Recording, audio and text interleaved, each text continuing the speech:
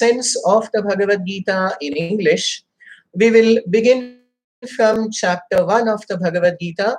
Chapter 1 is entitled as Observing the Armies on the Battlefield of Kurukshetra. Chapter 1 begins with the question asked by King Dhritarashtra. King Dhritarashtra was blind and hence did not directly participate in the battle of Kurukshetra, and he was seated in Delhi, Hastinapura, and there he was very eager to know the happenings on the battlefield of Kurukshetra, and he inquired from his secretary Sanjaya in text 1, which is spoken by Dhritarashtra. Dhritarashtra uvacha dharmakshetre kurukshetre samaveta yuyutsavaha mamakaha pandavaschaiva kim akurvata sanjaya. Dhritarashtra uvacha, Dhritarashtra says, Dharmakshetre Kurukshetre, in the holy place of pilgrimage, Dharmakshetra at Kurukshetra, Mamakaha Pandavaschaiva, my sons and the sons of Pandu, Samaveta Yuyutsavaha, had gathered together with a desire to fight. Kim Akurvata Sanjaya, O Sanjaya, what did they do? This question is very significant and also a very strange question, because suppose if I give you an example that some of my friends, they went to a very good restaurant, they were very hungry, they sat on the tables, ordered a lot of food, the food came on their table, and then if you ask the question, oh really, then what did they do? It would be a very strange and unusual question. Likewise here, the question asked by Dhritarashtra is very strange, because here both the parties, the Kauravas and the Pandavas, had gathered on a battlefield. Samaveta Yuyutsavaha.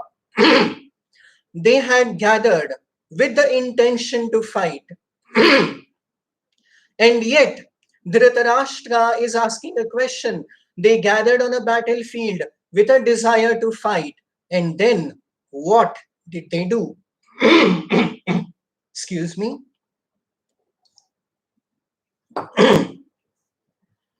This question actually reveals the great anxiety of Dhritarashtra. Dhritarashtra was also worried that they had gone to the battle to Dharmakshetra, a holy place, and the influence of the holy place would be more favorable towards the Pandavas, who were on the side of Dharma. The word Dharmakshetra is also very significant in the sense that the father of Dharma, the Supreme Lord Shri Krishna, was also present on this battlefield, on this Dharmakshetra. A kshetra can also be compared to a field. Just like in a field, many plants grow, but along with the plants, many weeds also come up. So a farmer who is expert allows the good plants to grow, and he takes a lot of care in removing the unwanted plants that are the weeds. So likewise here, the good plants are the Pandavas, and the weeds which are unwanted are those who represented adharma, that is the Kauravas. And the father of religion, the most expert farmer, that is the Supreme Lord Krishna, who knows how to sow and develop a good field, would definitely favor, allow the Pandavas to come out successful and uproot the weeds of adharma who are represented by the Kauravas. Section 2 of the first chapter of the Bhagavad Gita is from text 2 to 11. The first chapter of the Bhagavad Gita itself is entitled as Observing the Armies on the Battlefield, and text 2 to 11. So as soon as Duryodhana observed the armies, he Acharya Upasangamya Raja Vachanam Bravit. Duryodhana addressed his Acharya, that is Dronacharya, with the words Pashyaitam Panduputranam Acharya Mahatim Chamum Vyudham Drupada Putrena Tava Shishyena Dhimata. This, this statement by Duryodhana is very significant,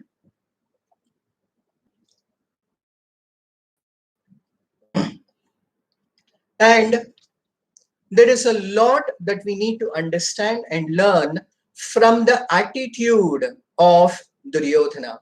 Here, Duryodhana is approaching Dronacharya and practically ordering him, Pashyaitan Panduputranam, look, O Acharya. Whereas we find another, the standard ideal of behavior on the part of the Pandavas, Yudhishthira. In the Mahabharata, a little before the beginning of the Bhagavad Gita, even Yudhishthira approached Dronacharya, Bhishma, Kripacharya, and all the superiors on the battlefield of Kurukshetra who were on the opposing side to the Yudhishthira. So when Yudhishthira went and approached Dronacharya, he offered his full obeisances, and in a most humble attitude, he sought the blessings of Dronacharya, Bhishmacharya, Kripacharya, and all the superiors and elders on the battlefield. And what it was going to be a battle. What did they bless him? They blessed him, Vijayi Bhava. Yudhishthira, may you be successful and victorious. So this is the attitude of Yudhishthira in approaching his superiors. Whereas Duryodhana is approaching Dronacharya and practically ordering him, Pashyaitan Panduputranam Acharya. Acharya, look at the army of the Pandavas. So we should always know that in all our endeavors, in all our activities, there is one most important thing that leads to success and victory. It is the blessings of the superior authorities. And this we can gain only by a humble and submissive attitude, the way it was displayed by Yudhishthira.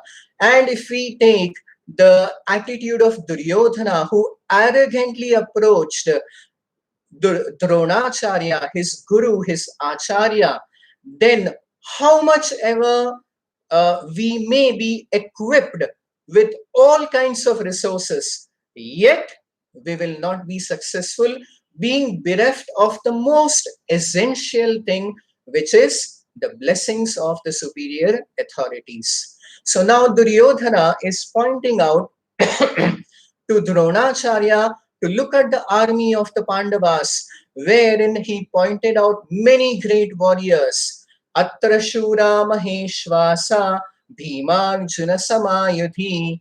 He especially pointed out at warriors who were as powerful, as strong as Bhima and Arjuna. There was Drishtadyumna, and many other warriors were enlisted by Duryodhana in his observation of the armies. Now, from text 2 up to text 9, Duryodhana first enumerated the various warriors on the side of the Pandavas and also on his side. And finally, in text 10, Duryodhana makes a very systematic, a wise and intelligent analysis. He gives his conclusion by saying, Aparyaptam tadasmakam balam bhishmabhirakshitam paryaptam tvidame balam bhimabhirakshitam. Here, the analysis of Duryodhana is very significant to understand. Duryodhana is saying here that aparyaptam tadasmakam, asmakam, our strength is aparyaptam, it is immeasurable. Whereas paryaptam tu idam etesham, the strength of the Pandavas is very small and very limited. And hence, Duryodhana concluded after observing the armies on both the sides that definitely the side of the Kauravas would be victorious. This analysis of Duryodhana is politically very correct. He analyzed first the strength of his opponents and then he analyzed his warriors and his strengths. Duryodhana was very wise, intelligent, smart in his entire analysis. He took into consideration all the various factors and then finally gave his decision. But the great acharyas point out the greatest mistake and fault in the analysis made by Duryodhana. They point out that actually, although he took all the various factors into consideration, he left out the most important factor. And what was that?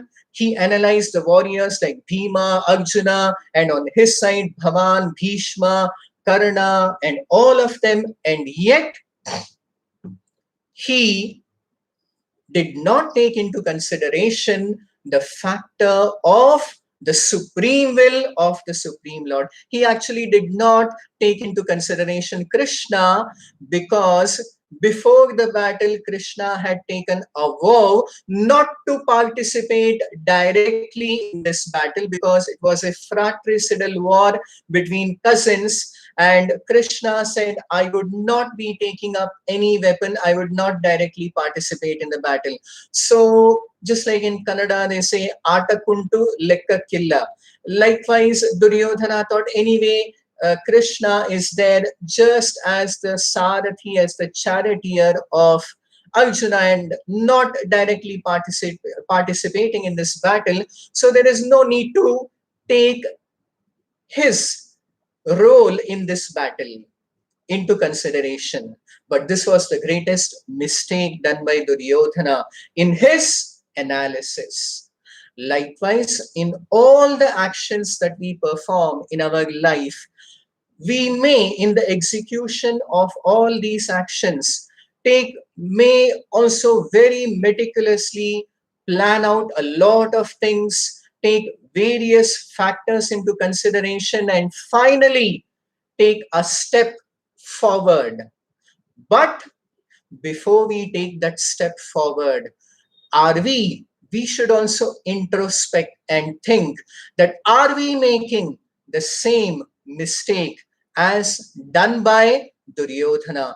We may also plan out and take all the factors into consideration, but are we taking the most important thing that will finally decide the outcome of our action, which is the supreme will of the Supreme Lord Shri Krishna? So in this way, Duryodhana made this great blunder in not taking into consideration the role of Krishna in this battle of Mahabharata. So after the observation of the armies by Duryodhana, the next section of the first chapter of the Bhagavad Gita, the third section, is from text number 12 up to 19, which is the blowing of the conch shells or the Shankha Dhvani.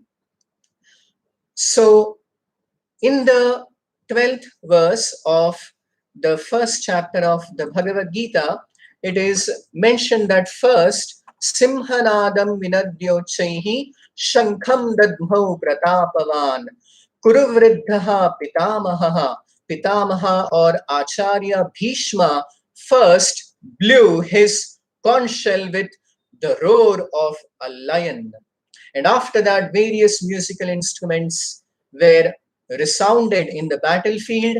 And on the side of the Pandavas, we find that first Arjuna and Krishna tataha shveter hayer yukte shankau pradadmatuhu. Madhava, that is Krishna, and Dhananjaya or Arjuna sounded their transcendental or divine conch shells. The conch shells of Arjuna and Krishna have been mentioned here as Divyau Shankau Pradadmatuhu, as being Divya or transcendental or spiritual. In fact, everything in connection with the Supreme Lord, Madhava or Krishna, or anything in connection with his pure devotees like Arjuna is completely divya or spiritual. So now, finally, in text 19, it is explained that the result of the blowing of these conch shells was Saghosho Dhagtarashtranam Hridayani Vyadarayat Nabhascha Prithivim Chaiva Tumulo Abhyanunadayan. So Saghoshaha, the Ghosha, the sound of the blowing of the conch shells became tumultuous, and Dhartarashtraanam Hridayani Vyadarayat. It shattered the hearts of the sons of Dhritarashtra, that is the Kauravas. This is very significant to understand because actually, even on the battlefield of Kurukshetra, the strength of the armies of both the sides was not equal. The Kauravas had a much bigger army. By calculation, there is a Vedic arrangement of the army known as Akshauhini. So the Kauravas possessed 11 Akshauhinis, whereas the Pandavas possessed only 7 Akshauhinis. And the Kauravas also had many, many great warriors like Bhishma, Drona, Kripa, Karna, whereas the Pandavas were much inferior in strength. Yet the blowing of the conch shells by the Pandavas shattered the hearts of the Kauravas, which expresses, which manifests their supreme confidence in gaining victory because they had taken shelter of the Supreme Lord Krishna. We need to understand this, that even if the entire world may be on one side, and even if we are alone, let alone like the Pandavas were 5 Pandavas with 7 Akshonis, even that was not required by the Pandavas, even just the 5 Pandavas, but under the shelter of the Supreme Lord Sri Krishna, they were capable of defeating not only the Kauravas but the entire world. Likewise, a devotee under the shelter of the Supreme Lord Sri Krishna is always fearless. In this world, there are many, many causes of fear. In fact, in the Srimad Bhagavatam 10.14.58, it is stated that Samashritaye padapallavaplavam mahatpadam punyayasho murarehe bhavambudhirvatsapadam param padam padam padam yad vipadam natesham. This material world is described to be a padam padam yad vipadam, a very dangerous place where there can be misery, suffering, calamity at any step, padam padam, at any step, at any moment. And in this precarious situation, the most secure, the safest position to is to take shelter of the Supreme Lord Sri Krishna, just like the Pandavas did. And then we can always be fearless. The next section from text number 21 up to 27, that is the fourth section of the first chapter of the Bhagavad Gita, is the observing of the armies by Arjuna. So the first chapter of the Bhagavad Gita begins with the inquiry by Dhritarashtra to Sanjaya, and then is the observance of the armies by Duryodhana. The third section describes the blowing of the conch shells on the battlefield of Kurukshetra and the result of that. And now in the fourth section is the observance of the armies by Arjuna. Here in the first chapter, text number 21, 1.21, Arjuna requests Krishna, who had taken the role of his charioteer or Sarathi, and due to which Krishna is known by this very famous and very significant name as Partha Sarathi, the charioteer of Arjuna. But here Arjuna addresses Krishna as Ratham Sthapaya Me Achyuta. Achyuta, Krishna, please take my chariot and place it in the middle of both the armies. Achyuta, very significant because Chuta in Sanskrit means to fall down, and Achyuta means one who never falls down. So we need to understand always that although Krishna may have superficially taken on the role of a charioteer, a seemingly inferior position, sometimes he acted even as the messenger of the Pandavas, or sometimes he took the role of a subordinate or an inferior. Every day in the morning, he would go and offer obeisances to his parents Vasudeva and Devaki, or Nanda and Yashoda. Yet Arjuna addresses Krishna as Achyuta.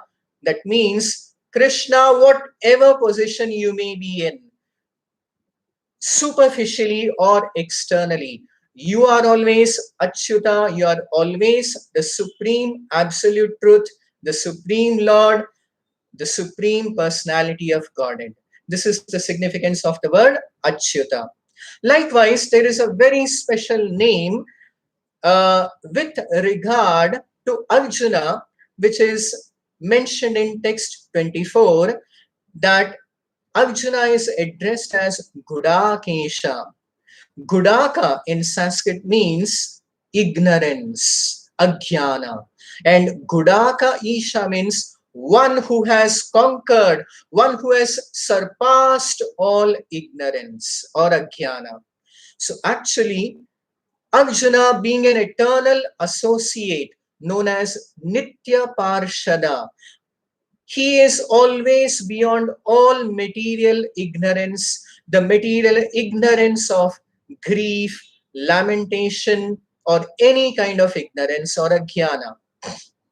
Yet, in just a few more verses, we would see how Arjuna would succumb to all these material negativities, to these extreme material conditions. Yet, we should always remember that the position of Arjuna is Gudakesha, or the conqueror of ignorance. So, his going into delusion, illusion, or ignorance is just a pastime, a leela, so that the most important Bhagavad Gita could be spoken. So he was the chosen one by the Supreme Lord to be the first recipient of this most important knowledge of the Bhagavad Gita, and hence he seemingly was put into illusion by the will and arrangement of the Supreme Lord Sri Krishna.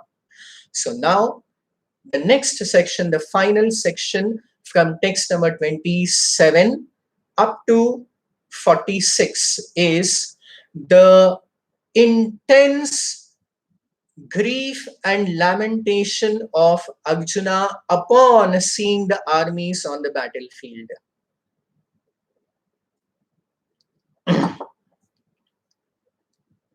If I were to ask you a question, all of you, anyone in the world, if I ask you a question, my dear sir or madam, do you have any problem or difficulty? The answer would be practically everyone would come up with a long list of problems, difficulties. So, likewise, here, a similar situation was confronted by Arjuna. When he observed the armies on the battlefield of Kurukshetra, Arjuna was overwhelmed with an intense feeling of grief, lamentation arising out of compassion. Normally, when someone might go to a battlefield to fight, he may find his enemy. Whereas Arjuna, he saw Tatra Pashyat Sthitan Parthaha Pitrin atha pitamahan Acharyan Matulan Bhratrin Putran Pautran Sakhim Statha Shvashuran Suhrudaschaiva Senayorubhayorapi. Arjuna observed all various grades of relatives in the battlefield. And on the battlefield, definitely in the fight, many of them would be killed. The prospect of the death of his relatives was so great and intense for Arjuna that he was completely overpowered by the sense of intense grief at the prospect of the death of his relatives. In this section of the Bhagavad Gita, Arjuna repeatedly uses the word Swajana, Swajana, my people would be killed in this battle. So this is also very significant to understand that all of us have this disease of I, me, and mine based on a wrong foundation, based on wrong fundamentals. Just suppose if someone dies, hope it doesn't happen, someone dies in the family. Naturally, we are overpowered by grief and lamentation. But suppose when we read the news and read a news that some 25 people died at some place, or even if there is a death even in the neighborhood, we are not so much afflicted with that grief. Why? Because we think that someone in the family is Swajana. So Arjuna was so intensely overpowered with grief and lamentation that he expresses in chapter 1.30, Nacha Shaknomyavasthatum Brahmati Vacha me manaha Nimittani cha pashyani Viparitani Keshava. Keshava, O Krishna, Viparitani, that now whatever I had imagined or whatever was my expectation, I see exactly the opposite of that.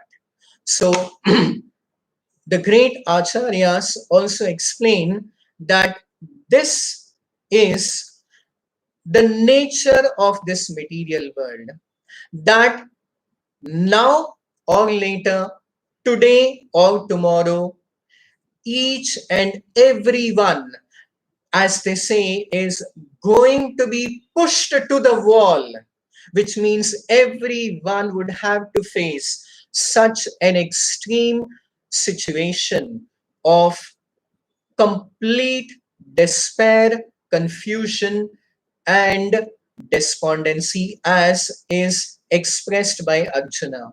Arjuna now explained various reasons not to fight the battle. He also explained the great defect of killing one's own relatives, and expressed to Krishna that in text number 36, Papam eva shray dasman hatvaitan atatainaha, that great sin would definitely overcome us if we kill our own relatives. Arjuna also explained from text number 37 that Kulakshaye pranashyanti kuladharma sanatanaha, that with the destruction of so many people on in this battle, definitely with the destruction of the family institution, this will lead to the complete collapse of the entire society, and which would also lead to the degradation of the ancestors. So it would lead to the degradation of the society as well as the fall of the ancestors. So Arjuna expressed that aho bata mahat papam kartum vyavasita vayam yad rajya sukha lobhena hantum swajaram, that alas, we are ready to commit such sinful activities just for our own selfish motives. So, in this way, Arjuna finally said, It Ityuktvarjuna Sankhe Rathopastha Upavishad Visrajya Sasharam Chapam Shoka Samvigna Manasaha. Arjuna finally explained to Krishna, he gave up his mighty bow.